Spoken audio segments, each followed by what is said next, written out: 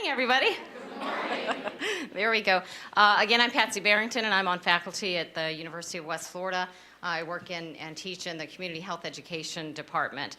As Nora mentioned, I'm also the leader of the tobacco work group here, but it certainly isn't my work. It's the work of a lot of people here. So I'd like to recognize them. If you are working on the tobacco work group, please go ahead and stand up. So that includes our speakers, Becky, Alyssa, all around the room. So big round of applause, and some people who weren't able to make it here. Vince. It is my great pleasure to introduce our speakers here today, that they'll talk about tobacco issues in the workplace. They're leading experts in their field in tobacco education, prevention, and cessation. But most importantly to me, 3 of the 4 speakers are my former students. It gives me even greater pleasure to see them not only working in the field and employed in the field of health promotion, but really excelling in the field. In addition to that, I'd also like to recognize all of the UWF students that are here, because I see many of you out in the audience. So if you are currently a UWF student or a former UWF student, an alumni, please stand up and be recognized. Woo! It's so nice to see all of you represented and playing a major role in health and health promotion locally in our area. So our speakers, we have an impressive group of speakers here. First, from the West Florida Area Health Education Center, if you could stand, Penny Eubanks. Penny is the Assistant Director of AHEC, also the Okaloosa Rural Stride Coordinator, and Tobacco Cessation and Training Manager. So she wears 3 hats. Next, we have Nicole Larson, who is a Certified Tobacco Treatment Specialist, and Kim Schmidt, Tobacco Treatment Specialist. And last but not least, we have, and I need to say this right because Dr. Lanza is in the audience, from the Florida Department of Health in Escambia County. Is that right? Good. We have Vanessa Philips, who is a Health Education Program Manager and Tobacco Prevention Coordinator. So please welcome our speakers.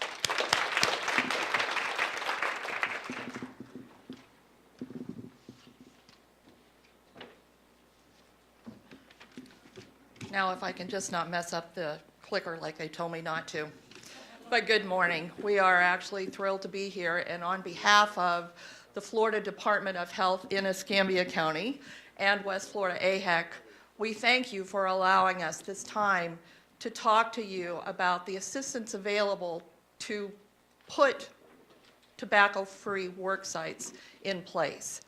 Since 2007, the Departments of Health and AHECs throughout the state of Florida have worked in a partnership to provide a tobacco program that is based on the best practices of the comprehensive tobacco program set out by the Centers for Disease Control. And as you can see on here, there are a variety of things that are associated with that. We are able to do this program because in 2006, there was legislation passed that amended the Florida Constitution and set up this program. It is entirely funded through the Tobacco Trust Fund, and that Tobacco Trust Fund is a result of the master settlement of a lawsuit, 1997, between the state of Florida and the leading tobacco manufacturers. So no funds out of taxpayers' pockets are used to do any of these things. You can see the 3 pieces that are the primary goals of this particular program. We have the media campaign, we have the free tobacco cessation services for the Florida residents, of which the AHECs throughout the state of Florida are the provider for this. And then we have the county-based tobacco prevention programs that are there for the departments of health. And that is where the partnership between the Department of Health in Escambia and Santa Rosa counties have been working for a number of years now.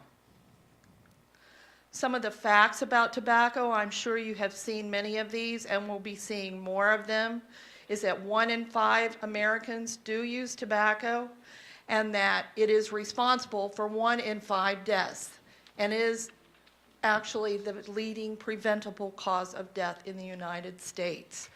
Each Floridian that we can help stop saves the state $3,530 annually. You can see that smoking is still over all of the others as far as hypertension, cancer, diabetes. It is just amazing what tobacco use, and by tobacco use, I don't mean just smoking. So often people think that smoking is all we are about. It is not. The smokeless tobacco is one of the bigger causes too. So right now, I'm going to hand it over to Vanessa, and she's going to talk about some of the things that will help you provide your employees with a healthier life, that will provide you with more productivity, and many other facts that will be useful to you in your efforts.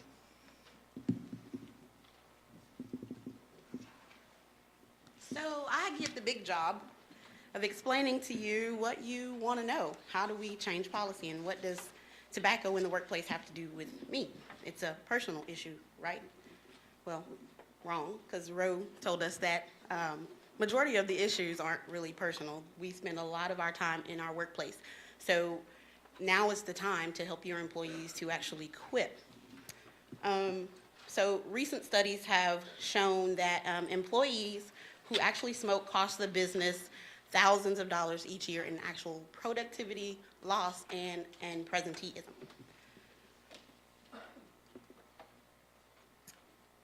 Tobacco is the leading cause or contributor to loss of productivity, as I just stated, but it takes about $4,056 per smoker every year in productivity from your bottom line. I know that we care about the smoker, we care about our employees, we care about their well-being, but we also care about our money, our bottom line, because we need to be able to stay in business and to operate and employ those persons. And a person who smokes about 1 pack a day also helps you to lose about 75% more in productivity than non-smoking workers. And they average about a week of lost time for every 3 15-minute smoke breaks that they take in 1 year. So the iceberg, again, my iceberg looks a little bit different than Roe's iceberg, but it's an iceberg nonetheless. So we think about tobacco, what's on the surface? We see the people taking the breaks. We know that they're taking breaks. We know that they're not at their computer. We have all seen them, and sometimes they take more than 3 breaks. But the bigger cost is below that. So you're losing about $517 in sick days, distractions at work, $462, healthcare costs, $2,056, and smoking breaks actually cost you $3,077. So altogether, you're losing about $6,000 per smoker. Here we see that absenteeism and presenteeism again. They're at work, but they're not doing much. You're losing about 76.5 hours per year as compared to only 42.8 hours for a non-smoker. Smokers are absent about 1.5 more times than non-smokers, and that's for various reasons. A lot of the time it's due to healthcare related issues, as you can see with that being 6.7% of the issue. So what can we do? When we begin to offer a benefit, you'll see a cost reduction or savings in your insurance bottom line for your employees of about $210.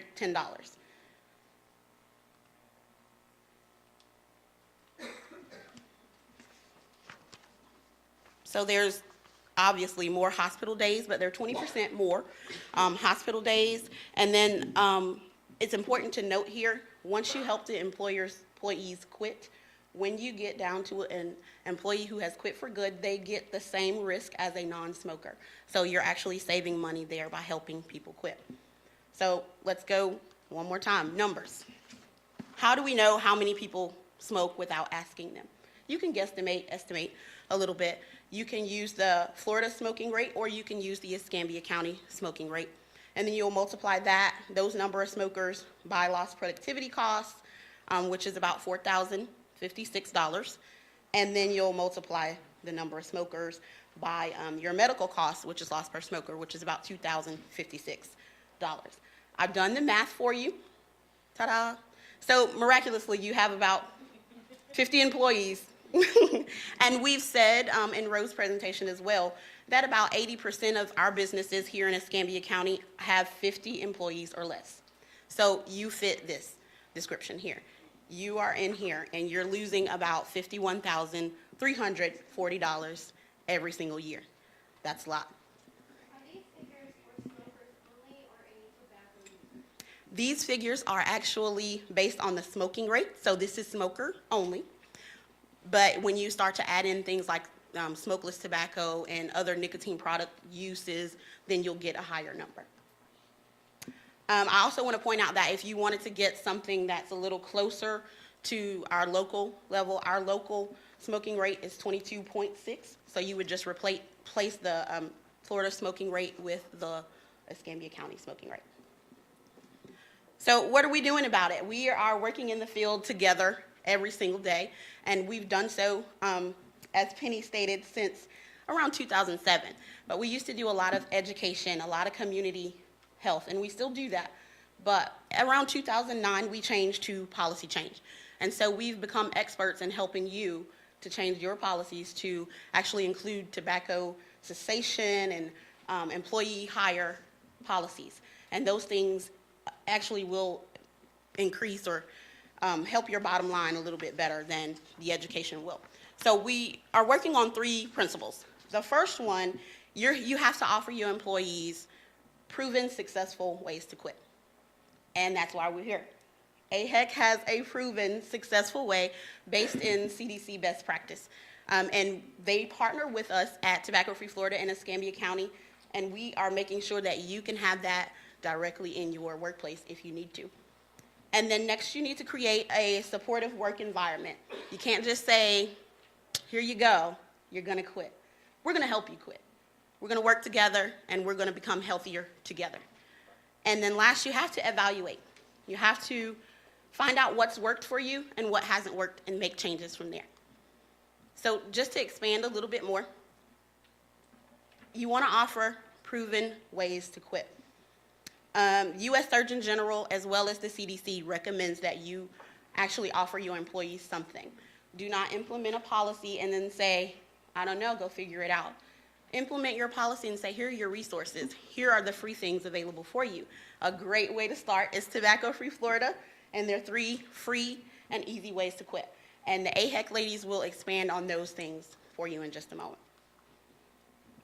So what do we have? We have toolkits available for just about every employee, every employer, every level. If you're a small business to a large business, we have toolkits available to make it kind of easy for you.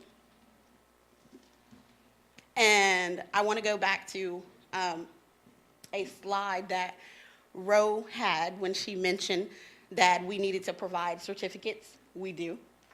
We needed to provide a tier program. We do. We celebrate our businesses that are quitting. We celebrate the houses that are creating policy to have smoke-free housing. We celebrate those things in the media and throughout the state. There's also a statewide newsletter that Tobacco Free Florida puts out of employees and employers, employees who have been successful with their employer programs, and large and small employers who have provided programs for their employees. And free resources. It's all free. What's the excuse? 70% of your employees actually want to quit smoking. That's a large number. A lot of the people don't take advantage of the quit options because they're stressed or because they feel like they cost them something. So if you take that worry out of it for them, they'll be more successful in their quit attempt. We want to point out that it takes 5 to 9 times on average for a person who's getting ready to quit, for them to quit for good. And there are various reasons that go along with that, but we find out through research and whatnot that nicotine is as addictive on the brain as heroin and cocaine. One size will not fit all. It takes 5 to 9 times on average for a person to quit for good. Their reasons are different. Their product needs to be different their plan needs to be different, and it needs to be tailored for your organization and for that person. And it must be comprehensive. We can't miss a few things. The CDC recommends that you pay for counseling, either through medication and or free resources you provide, either through insurance or free resources you provide medications or access to those medications at a low or reduced cost. Cover at least 4 counseling sessions that last at least 30 minutes, and either eliminate your copay or deductible altogether, but don't make it out of reach for them. Same thing with the National Business Group on Health. They recommend those same things, whether you encourage them to use pharmacology or over-the-counter medicines. Encourage them to use medicines and counseling together. So how much will it cost you? $6. 50 cents per employee per month, $6 per year. Now, we said the smoker costs you $6,000 per year. It costs you $6 per year to help your employees quit.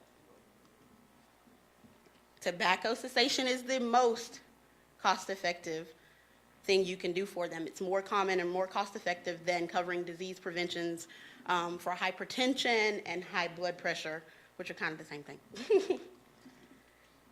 So it costs you about 20 cents to 45 cents to help them include medications in their quit attempt. Per month, per employee cost for pharmacotherapy for diabetes and hypertension and things like that can get up to about $5.10. What can you do? Well, call us. All these girls up here, these lovely ladies, call us and we'll get you steered in the right direction. But you definitely want to talk to your health insurance provider. You want to create a wellness plan with your groups, with your upper management and administration, and you want to get something written down so you can start somewhere.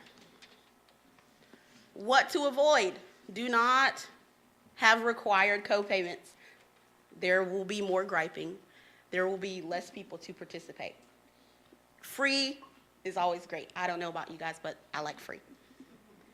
Prior authorization requirements, it makes it harder. There's a barrier there when they have to get authorization from someone to continue a service. Limits on treatment durations. One of the things that Tobacco Free Florida prides itself on is the ability for clients to come back. With AHEC, they can participate in one class. If they feel like they need more, they can come again. Do not have yearly limits, dollar limits, and stepped care. We actually recommend that they have dual care or dual therapy. They can do 1, 2, or 3 things at a time to help themselves be successful.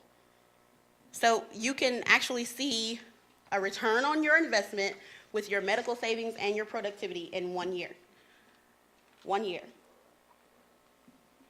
So how do we quit? Just a reiteration. Let's make an informed insurance choice. If it's time for open enrollment, before open enrollment comes, we need to have discussions with our insurance providers and our insurance carriers about what we can provide, what discounts you may get for being a smoke-free workplace. Offer medication in that insurance plan or through quit programs with AHEC. Offer counseling, multiple quit attempts, because it takes a person 5 to 9 times on average, once again, and minimize the cost. Again, free, AHEC, free. So we move on to principle 2. We have to create a supportive workplace culture. It goes back to the statement about don't just say it, do it. You have to actually do what you want them to do. If you're a non-smoker, be encouraging of those people who are smoking. We pride ourselves on this panel of being encouraging of the people who actually smoke. We say all the time in the program, we're not against the smoker, we're actually against the tobacco company. 70% of people want to quit. So communicate. Communicate about the options that are available. If there's 3 ways to quit and you're using the 3 ways to quit, put those signs out everywhere so that everyone can be reminded there's 3 ways to quit. If I can't attend a class, I can call on the phone. If I don't want to really talk to anybody, I can do it all online. And there are many people who are shy in one manner or another, and they really want to be able to do something, but they don't want to call anybody. So they utilize the online resource. Motivate them. Motivate your employees to quit tobacco for good. Tobacco, again, is not just smoking, it's everything. So we encounter the dipper who asks all the time, what about that? I mean, it's just for smokers. Can I come? Yes. Everyone who uses any form of tobacco product can come. They can call the Florida Quit line as well and facilitate their success. Drag them along with you. Go with them. A few things that you can do is support New Year's resolutions. We see all the time that people have a spike in their signups for quitting classes and quit attempts at the beginning of the year. Everybody's making their New Year's resolution to quit. There's Tobacco Free Florida Week, which happens about March, April, and you can take the whole week and encourage employees to quit or get involved in some type of thing to lead them up to that point where they want to quit. Then there's Great American Smokeout, which is actually coming up this next week. It's Thursday. Encourage them to make a plan to quit or quit that particular day. If they come up to you on that day and say they want to quit, encourage them to make a plan that day and pick a day. Have them go to the calendar and pick a day. This kind of just reiterates.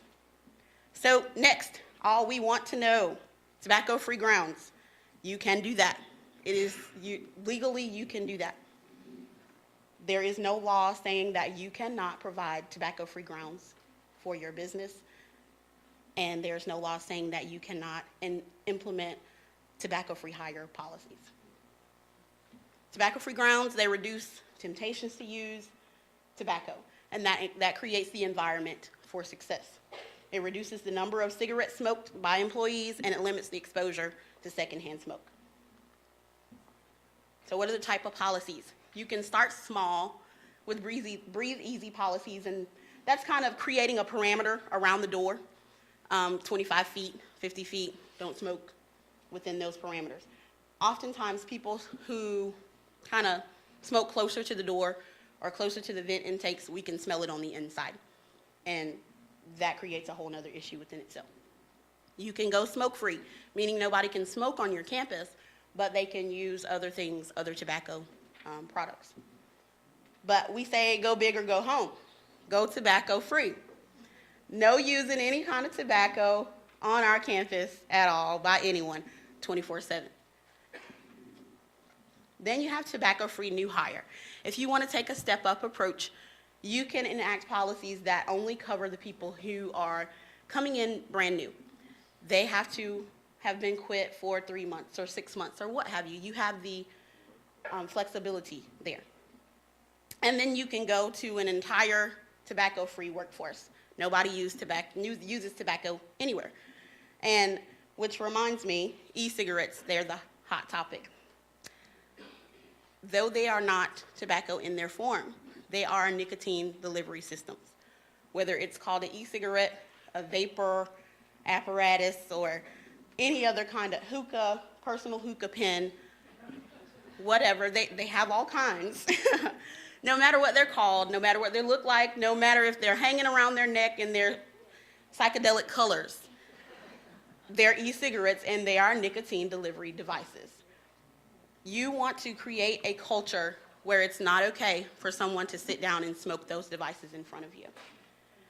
Same thing that we did with cigarettes before. At one point, it was okay to go in hospitals and business meetings and smoke. That's no longer okay.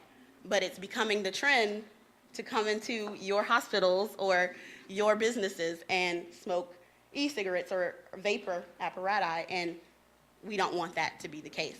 You can include these things in your policy. How do we know that they're smoking or they quit? Or they're using their e-cigarette? Cotinine testing. Cotinine drops in the blood, urine, saliva, and in the hair, and we can tell if you're exposed to secondhand smoke. You can tell if you're an active smoker. You can tell. Though blood is the most accurate, blood is also more expensive. So you find a lot of businesses who actually use the saliva-based test, and it can capture up to 4 to 7 days of use. And it's a rapid test, so you can get results in about 15 minutes. Enforcement, I have found, and research has found, and I'm sure AHEC can back me up on this, signs do a lot. If you just have signs, people start to police themselves. And if you have the workplace culture in place, then you're going to have employees who police each other. And then you'll have visitors who police each other. And the employee that actually polices the visitor. And it won't be an abrasive experience. We're a non-smoking campus. If you create that culture, then your enforcement, it's kind of not an issue. Usually you can address people with just pointing to the sign or just saying, hey, we have a workplace policy, no smoking on this ground. And people are generally compliant with that. We have resources available that kind of help you with the what if scenarios, what can you do with the first offense, the second offense, the third, and so on.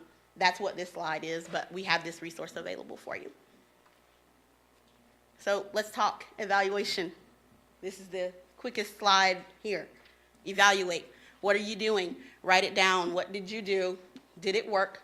Did employees complain? Again, you will always have one complainer in the bunch. They'll get over it.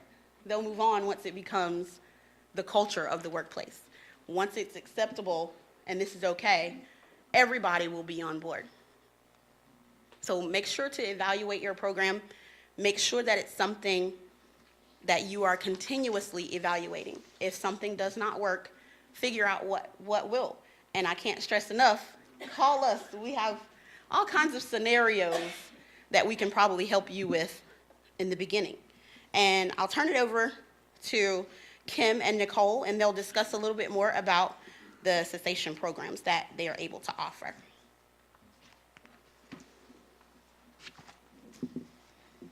Thank you, Vanessa. So I can see we're getting a little short on time, so I'm just going to give you a brief overview of program options that assist with tobacco cessation. Okay. So what the heck is AHEC? Who the heck is AHEC? We get this question a lot. AHEC is an acronym for Area Health Education Center. We are a national organization. In the state of Florida, there are 10 centers that cover 67 counties. Each center is affiliated with the College of Medicine. Our particular center is overseen by the University of Florida. And we cover the counties of Escambia, Okaloosa, Santa Rosa, and over to Walton. As we mentioned earlier, AHEC partners with the local departments of health. We provide training to healthcare professionals and tobacco cessation services. We often hear people interchange the word cessation and sensation. We do like to think we are sensational and amazing. However, we are offering services to quit tobacco, not to sensationalize tobacco use. We did actually have some participants that showed up at a class that heard it was tobacco cessation and thought we were handing out free cigarettes. So.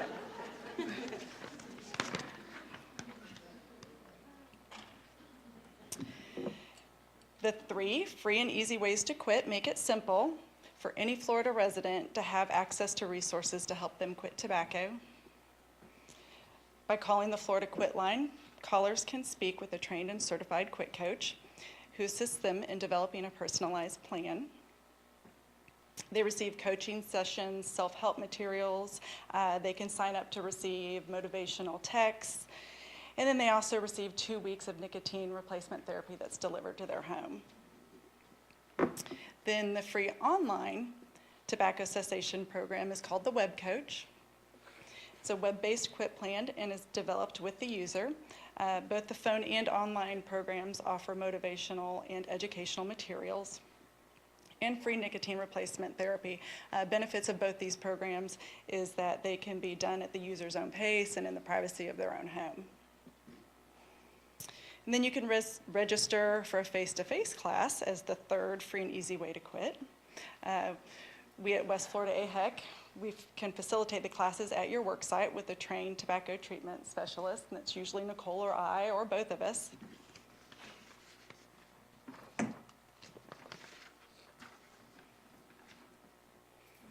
So what do we offer? We offer 2 evidence-based, client-centered curriculums, Quit Smoking Now and Tools to Quit.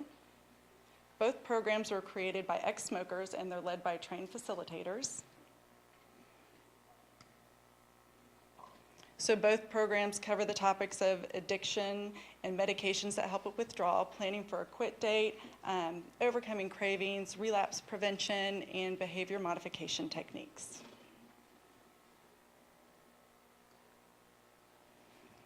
So the Quit Smoking Now curriculum is an hourly class that meets once a week for 4 to 6 weeks and offers the benefit of group support.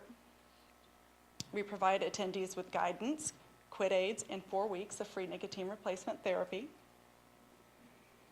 We have class options throughout the community, or alternatively, we are happy to coordinate to hold a class at your work site.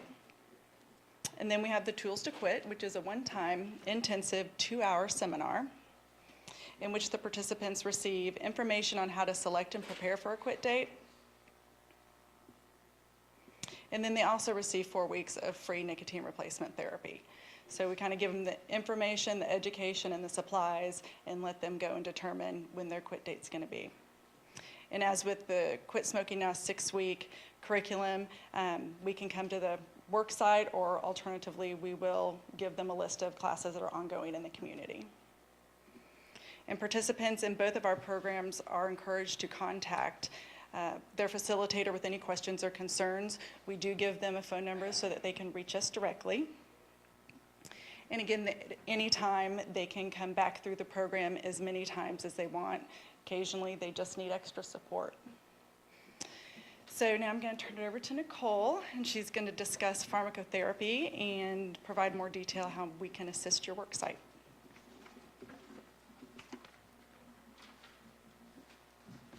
We're just trying to keep you guys guessing. Okay. Pharmacotherapy is a huge part of what we offer for our services, for our classes. So Vanessa discussed that 70% of tobacco users want to quit. 70%, that's a big percentage. So half of them will make a serious attempt to quit each year, but few will succeed because they're not utilizing some of the available services, the free classes, medications, all of those. So we really want that 70% to succeed by offering them the programs that we have. The most effective cessation programs offer programs with behavior modification and also medications to help with withdrawal so that they can work on those behavior changes as well. So we're lucky in our program to offer 4 weeks of the combination nicotine replacement therapy, and we bring that to work sites, and it's very helpful. It's also a big education curve. Sometimes when Kim and I go to a work site, before we even get everybody working on their paperwork, someone's like, I tried the patches, they didn't work. I'm like, okay, well, how long did you use it for? How much are you smoking or dipping? The highest over-the-counter patch is 21 milligrams, and if you're smoking a pack a day, you're used to getting about 40 milligrams of nicotine each day. Then that 21 milligram patch, you're still missing some nicotine. So in our program, we use combination therapy, the nicotine patch in combination with the nicotine gum or lozenge in 2 or 4 milligrams to make up that difference so that we're comfortable in that quit attempt. Our program recommends all the FDA-approved methods to help people quit, so the electronic cigarette, things like that, we don't endorse. We do offer the free nicotine replacement therapy, so we suggest that to be kind of the first step. Practice, try it, see how it works for you. And then there also are some prescription medications that you'll see, the varenicline, which is also known as Chantix, and the bupropion SR, which is Zyban and Wellbutrin. And we cover all the medications in the first class and see, what worked for you before, what would you like to try now. If it's a prescription from your doctor, go ahead and make that appointment and see if that might be the right medication for you so you can get started on it. It's definitely a big part of our education. The good thing about the nicotine replacement therapy is that it roughly doubles the smoker's chances of quitting. That is a big part, to be comfortable and work on that. And it's also safer than using tobacco. So it's been approved. It's not a new drug. It's the same nicotine without the chemicals and toxins, so that you can start, at a certain dose and then you wean yourself off after the progression of the class. see some of the other reasons to use: reduces cravings and withdrawal severity. Not a treatment by itself, though. There's no magic pill. You do have to make some changes and maybe come to classes or some of the programs that Tobacco Free Florida provides. Okay. This graph really illustrates the effectiveness of combination therapies. So that's relatively new that we've been using this. We follow the CDC best practice guidelines that say that's really the gold standard to treat people for tobacco addiction using more than one method. So as you can see, the patch plus another form of nicotine replacement therapy, so the gum or lozenge, is one of the most successful. Now this chart, this was included behavioral therapy and was over 14 weeks of using the patch in combination with another form of nicotine replacement therapy, which is good.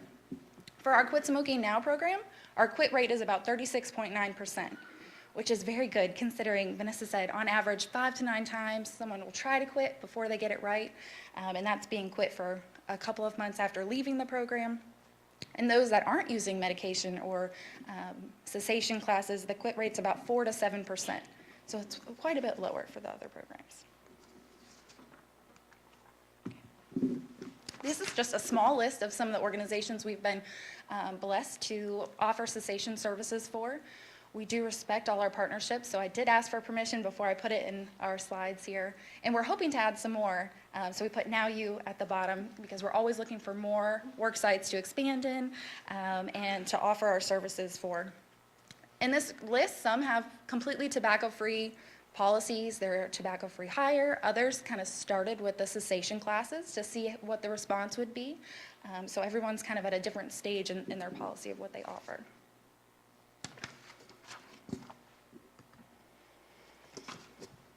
So we work really well with our work sites to customize what they need. It's very important for us in that first meeting when we're talking to see what the needs of that particular workforce or location are. We've had classes before 7 a.m., lots of lunch hour classes, mid-afternoon, after work, usually during the slower times of the day that employees can attend. Kim and I will facilitate classes together so that we can get everybody to start on time and end on time. We're not taking over more time than we said we would for coming into the class. And we were very flexible. Kim and I had a work site this summer where we had a conference room that we provided the classes in each week. And one week we came in and it was full. And so we did a class in a warehouse with no AC. And so, we just kind of make it work. We might have cut class a little short that day, but we definitely make it work depending on what's going on. Okay, rewards. These are just some of the things that we've seen offered for employers incentivizing their employees to quit. Sometimes they won't make them clock out to come to the class.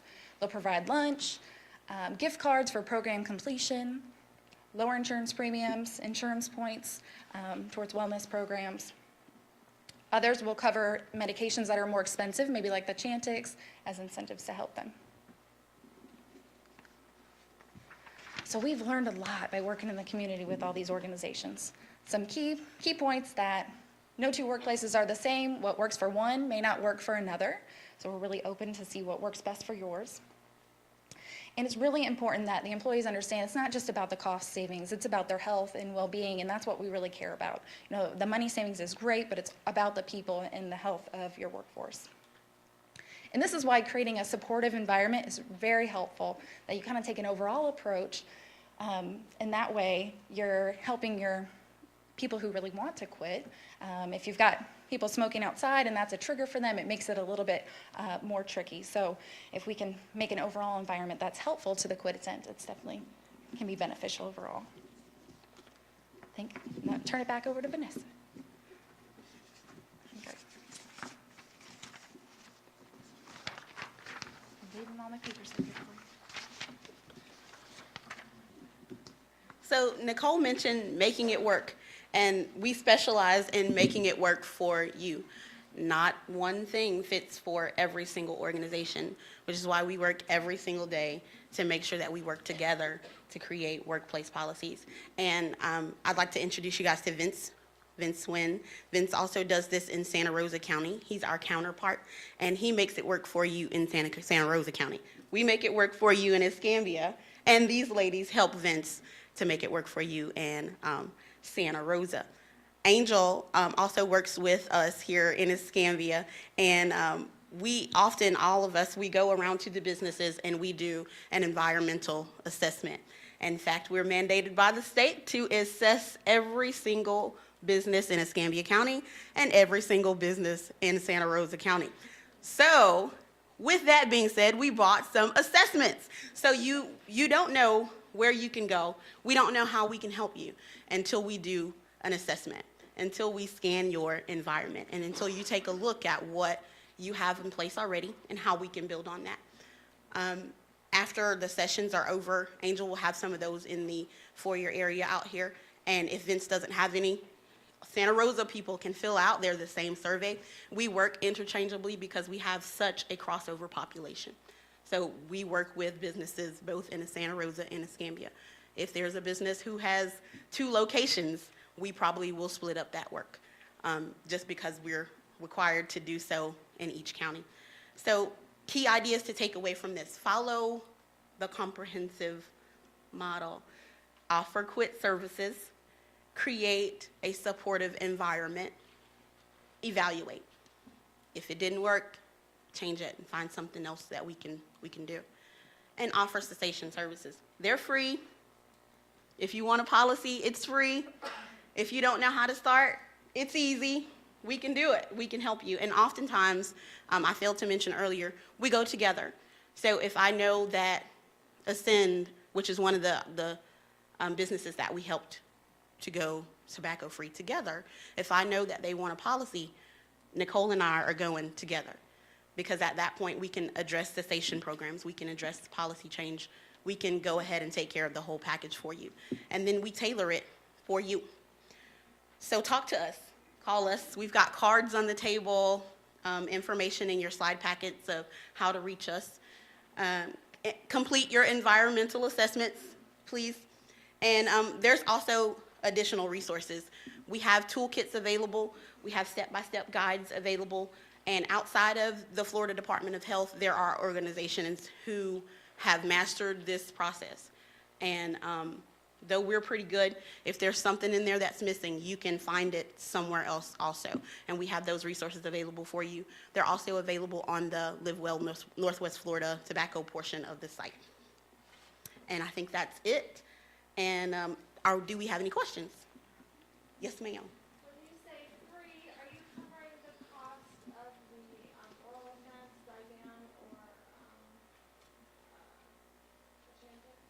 When you get to pharmacotherapy, that's something you want to cover with your insurance company. So you want to have that discussion and find out if you can offer a reduced copay or something like that. With our programs, what we offer with Tobacco Free Florida and AHEC, we offer the over-the-counter medicines, and we only offer them kind of a starter kit. So they can get anywhere from 2 weeks to 4 weeks of therapy, and then it's kind of up to them. The catch-all with that is they can do it again. So they can get another 4 weeks, as many times as they want to. Any more questions? Yes? I have a question about vaping. Is that something you consider when you look at a smoke-free environment? I know in some places people are allowed and others aren't. I know it's a gray area. Do you have as many statistics on that? Is that included in those statistics, or is there just not enough information yet? At this point, the official statement is that there's not enough information. That is not an approved thing for the FDA just yet. In April, they'll be making a decision on whether or not they're going to cover that. We urge every employer that we work with to include that in your policy. It's a culture issue, and if you're going to be a tobacco-free workplace, then you're going to have that also showing up in your tests for being tobacco-free. The nicotine is there. Oftentimes in the vaping products, there is a lot more nicotine that's being delivered than the person thinks, and there's a lot more nicotine being delivered than an actual cigarette. So they're actually trading one addiction for the other is what we're seeing. So we don't want to encourage them to continue on an addiction level at that point. We want them to quit and quit for good. Any more questions? All right.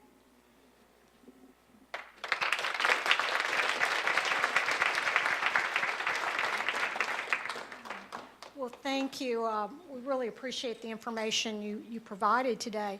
And I guess one of the takeaways, I'm coming away with is that $6 a year per employee to help your employees quit. It's almost like, why wouldn't you do this? Why would you not help your employees to get off of tobacco?